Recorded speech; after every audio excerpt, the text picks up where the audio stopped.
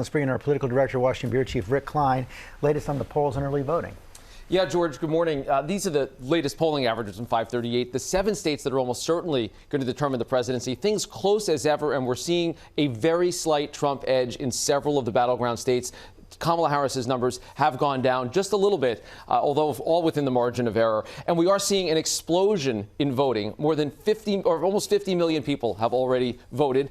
Pace is actually down a bit from 2020 when COVID drove so many people to vote by mail. But Republicans have started early voting off strong basically everywhere. North Carolina is one example there. You could see Democrats were outnumbering Republicans slightly early on in the voting period, but that has started to change. A lot of these voters happen to be people that would show up anyway at some point. It means there are still more Democratic and independent voters to chase. And it is a similar story in the state of Wisconsin. You see Republicans making up a greater share of the electorate than Democrats. Again, a lot of those are people that are going to vote anyway. The deciders are still out there and still gettable for the campaigns, George. And Rick, our poll shows that people generally trust the voting process. Yeah, this was striking to me because all the concerns we've seen around voting, people are broadly convinced that results are going to be accurately reported. 69% of people say they are confident that votes will be accurately counted. But among Trump supporters, it's actually a bit less. More than half of Trump supporters say they don't think that all votes are going to be counted accurately this year. Overall,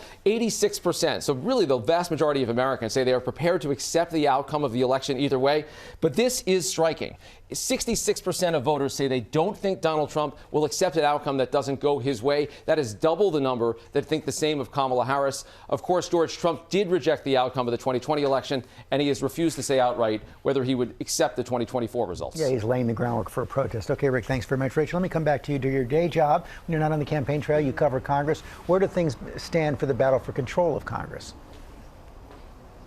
Well, George, we could see a scenario where both chambers of Congress could possibly flip on election night, which means whoever wins the White House could be faced with divided government. So let's start in the Senate, where Democrats have a razor-thin majority. They are playing a lot of defense on election night. They have 23 seats up for grabs, which means Republicans by the end of the night only need to net 2 seats. They feel pretty good about their chances there in West Virginia after Senator Joe Manchin is stepping down. They also have their eyes set on Ohio and Montana, where you have the last 2 statewide Democrats, Sherrod Brown and Jon Tester, who are fighting in very, very tough races. Now, over in the House, it is Republicans that have a razor-thin majority. In order to have a good night for Democrats, they need to hang on to every single seat that they have and also flip 4 seats in order to gain the majority in the House. Republicans playing a lot more defense there, including some tight races that are clear toss-ups, including right there in New York, which is why there was so much concern about some of those vulgar and incendiary comments made at Donald Trump's rally in New York. There is concern about how that's going to affect